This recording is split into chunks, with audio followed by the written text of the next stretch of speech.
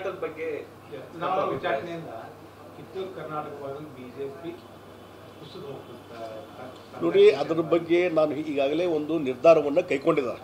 ವರಿಷ್ಠರು ನಿರ್ಧಾರವನ್ನು ಕೈಗೊಂಡವರು ಭಾಳಷ್ಟು ವಿಚಾರ ಮಾಡ್ಕೊಂಡು ನಿರ್ಧಾರ ಕೈಗೊಂಡಿದ್ದಾರೆ. ಎಲ್ಲ ಕಾನ್ಸಿಕ್ವೆನ್ಸಿಯನ್ನು ವಿಚಾರ ಮಾಡ್ಕೊಂಡು ನಿರ್ಧಾರ ಮಾಡಿದ್ದಾರೆ. ಅದ್ರ ಬಗ್ಗೆ ನಾ ಹೆಚ್ಚು ಚರ್ಚೆ ಮಾಡಲಿಕ್ಕೆ ಹೋಗೋದಿಲ್ಲ.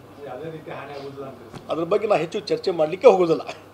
ನೀವು ಬರುವಂಥ ದಿವಸಗಳು ನಿಮ್ಗೆ ಗುರ್ತಾಗ್ತದೆ. ಎಲ್ಲವನ್ನು ವಿಚಾರ ಮಾಡಿಕೊಂಡೆ ವರಿಷ್ಠರು ನಿರ್ಧಾರಕ್ಕೆ ಬಂದಿದ್ದಾರೆ.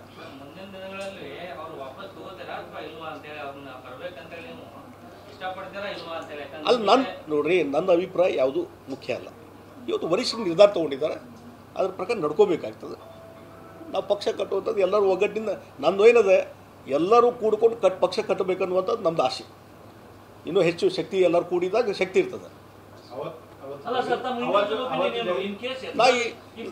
ನಾನು ನೋಡ್ರಿ, ಒಂದು ಪಾರ್ಟಿ ನಾ ರಾಷ್ಟ್ರೀಯ ಪಕ್ಷದೊಳಗಿದ್ದೀನಿ.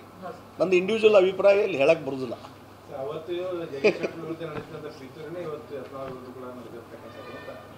ನಾ ಅದ್ರ ಬಗ್ಗೆ ಏನೂ ಕಮೆಂಟ್ ಮಾಡಕ್ಕೆ ಹೋಗಿಲ್ಲ ಅಂತ ಹೇಳಿದ್ರೆ.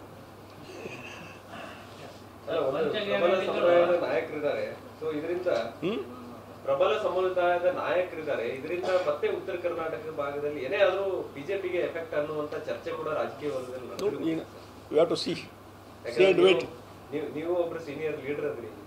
ಅದಕ್ಕೆ ನಾ ಹೇಳಿಲ್ಲ, ಒಂದು ರಾಷ್ಟ್ರೀಯ ವರಿಷ್ಠರು ಆಫ್ಟರ್ 6 months 8 months 1 year ಒಂದು ನಿರ್ಧಾರಕ್ಕೆ ಬಂದಿದ್ದಾರೆ.